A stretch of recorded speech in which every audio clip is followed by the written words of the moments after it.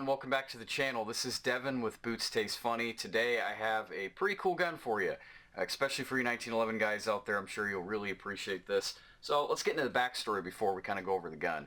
So first things first, I've never really been much of a 1911 guy to begin with. I have a couple of really good friends who are, and they've sort of converted me to the dark side of getting into custom 1911s, which is what we're going to be looking at today. Now this gun I got mostly as is.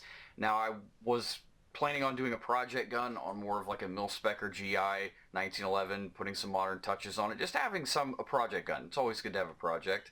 And so when I bought it, it had most of the things that I already like on a 1911, which to be honest is much different than most people would, and you'll be maybe surprised as we go through the video.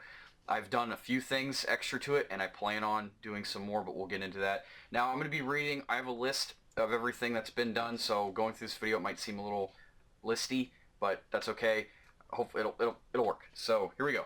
The first thing, the plunger tube was staked and secured to the frame. So if you don't know what that is, of course I'm going to be rolling up shots of all of the different types of parts. But the plunger tube is a weak part on the 1911 that can come loose and eventually break. It needs it to work, basically.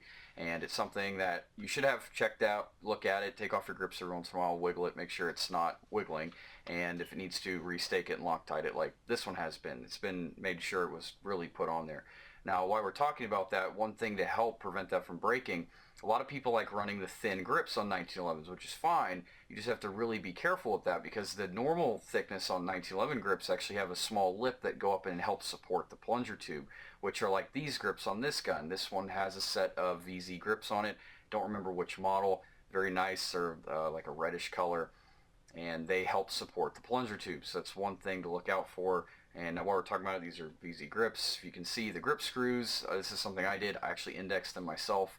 I never knew I would ever care about the meticulous details on a tool like a gun where the screws were lined up properly until I got into custom 1911s. Yeah, I'm a Glock guy. This blows my mind. Anyway, I digress. So, next thing on the list, it had a Wilson bulletproof extractor fitted to it. This one has an internal extractor. 1911s are known to break extractors pretty often if you shoot them enough. So this one has a little bit hardier, extra strong Wilson Combat 1 put into it, and of course it's been tuned to extract properly. This gun actually is, I like it, it's set up more as a fighting gun the way I want it to. I want that brasket kicked out of there really well. While we're talking about the ejection area, the ejection port on the gun has been slightly lowered and beveled to aid in said extraction. It's also had, now moving back into the back area of the gun, it's had an EGW square bottom firing pin stop fit to it.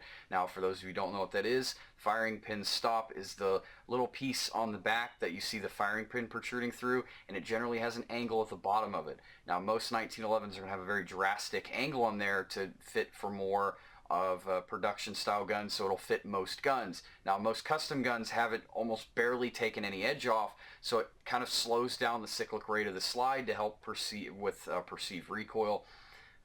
Anyway, so next things, it's had a EGW beaver tail fitted to it, and as you can see, the tang on the rear of the receiver, it's been fitted perfectly to where it kind of sits in when it's closed. Very nice, just good solid bar stock part. It looks great on the gun. Now here's what I mean when I get to I do things differently on 1911s. I actually don't like extended beaver tails on 1911s, and I actually like arched mainspring housing, which this one has, because I actually prefer the angle of an arched mainspring housing. Actually, it's very Glock-like. This 1911 very points much like a Glock, which is fine with me. That's what I'm used to. That's what I like. That's why it's a custom gun. I don't need the beaver tail. In fact, if you're concealing it as well and just carrying it, that extra length pokes out a lot. And this, with that beaver tail taken down, this gun used to have like a GI model where it just kind of poked out and it's basically been taken off, or a new part's been put on, but it's been molded through. Anyway, that grip area in the back with the wider grip is very Glock-like to me. I like that. I like that angle. It sits your wrists correctly for me, and it helps with perceived recoil. This gun actually has very, very light recoil for 45. You know. Also, going back to the grip safety, I forgot to mention, with the grip safety, I'm one of those guys who prefer striker-fired guns. I don't like having safety on handguns. I don't think they're a big deal if you do. I know a lot of people kind of freak out if you have one on a handgun. I see the reason why people want them. I see the reason why people don't. I think it's a training issue. If you train enough with the gun, you'll be fine with it. It's one thing transitioning to this gun, just for me personally, training with that safety. The grip safety has a very light actuation. It's fitted very well. So, of course, it's not going to go off if it's not depressing. Of course, that'd be kind of stupid. You might as well use it, but you barely have to press it to activate. So, if you do have to use the gun, God forbid, and you have less than an ideal grip, it's not going to hang up on you when you absolutely need it. Just one less thing to go wrong. The gun also, I forgot to mention, has been completely dehorned. So the front edges of the gun, Colts are pretty sharp. The older school ones, newer ones I've been seeing are a lot better, but the old school ones are sharp. So the edges on the guns most of the edges have been dehorned, mostly in the front for holsters, so I'm not tearing up any sort of holsters I'm using.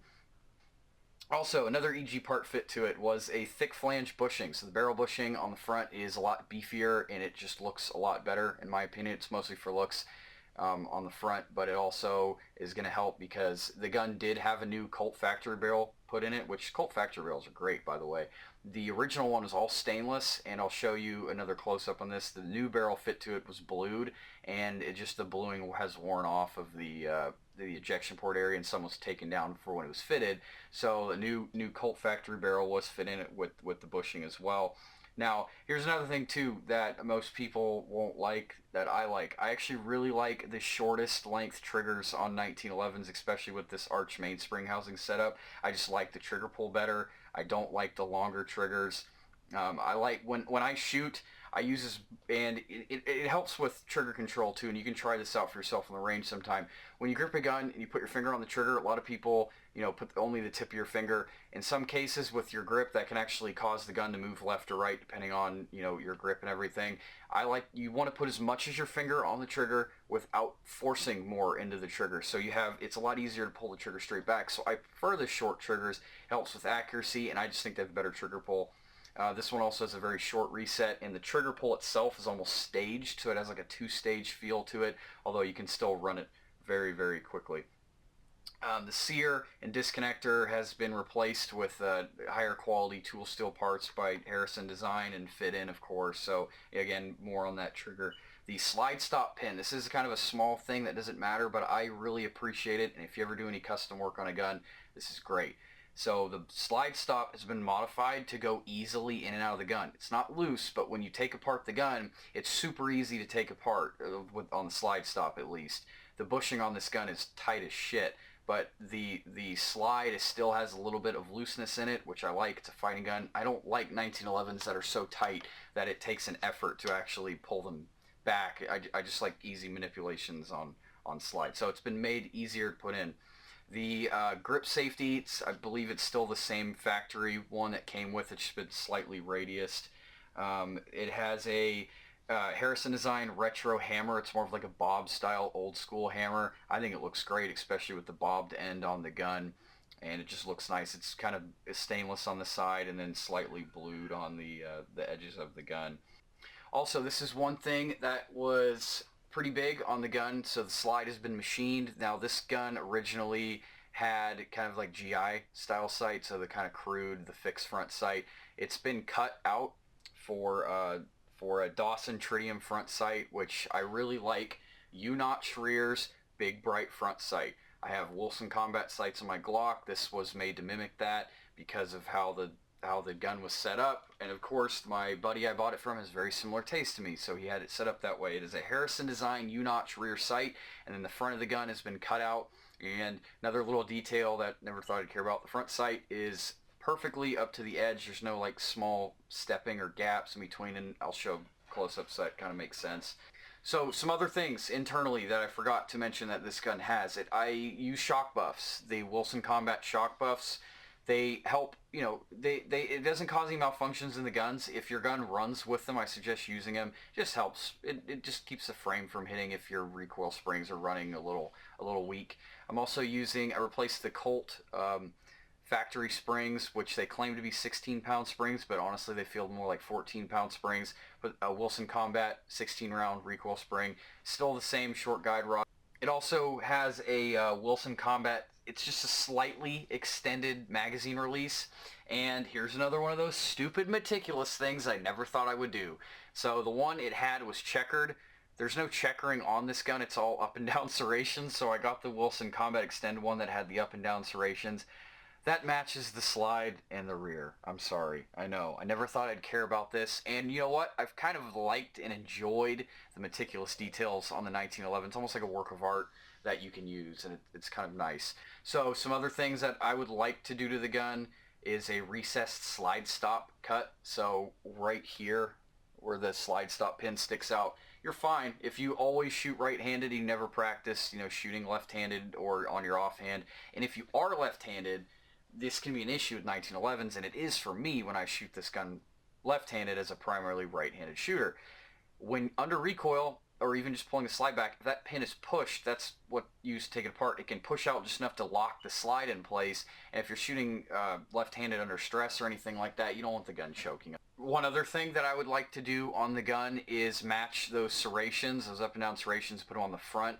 There's no checkering on the front or any sort of serrations. What I'd like to do is have the middle line, and this might not make sense, but hopefully I can explain it the best I can.